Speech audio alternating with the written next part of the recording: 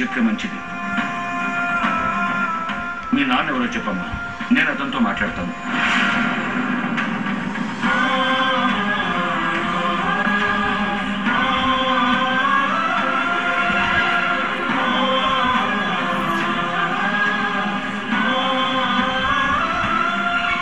తర్వాత ఏ గొడవలు లేకుండా ఉండాలంటే ఇప్పుడు మాట్లాడడమే మంచిది. నేను అన్నీ ఆలోచించానురా.